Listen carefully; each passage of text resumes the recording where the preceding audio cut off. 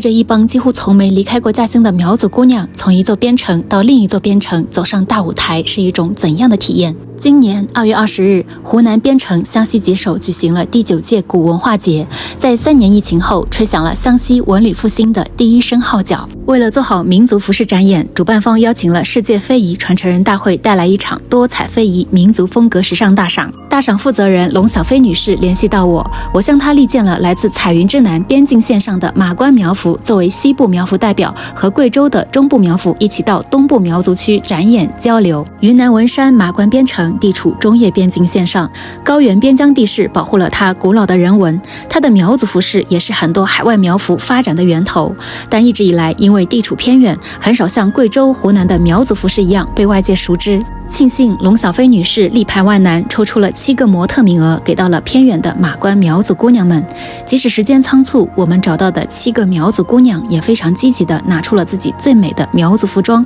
从深山里，从田间地头，从工作岗位上千里迢迢赶来。他们中很多人都没有离开过家乡，这也是他们第一次出远门。从马关赶到昆明南站都要4-5个小时，从昆明南辗转到吉首站还要5-6个小时，各中艰辛可想而知。这次走秀，世界非遗传承人大会特地安排了中国首席男模孟非担任指导。但当孟非老师第一次看见我们几乎没有什么走秀功底的姑娘们时，他也是犯难了一晚上。的确，我们的7个姑娘，无论是身材的统一度还是舞台功底，都很难和组委会的另外15个专业模特搭配走秀。看到龙姐也是焦急万分，我告诉他们，这些姑娘都是苗族服饰的非遗传人，很多她们带来的服饰都是她们自己亲手设计制作。苗族服饰真正的魅力也在于，无论高矮胖瘦、贫富贵贱，穿上都能拥有美的权利，这也是服饰文化传承的魅力。这次走秀不应把她们当成普通的模特看待，应该让她们展示一套服饰的诞生过程，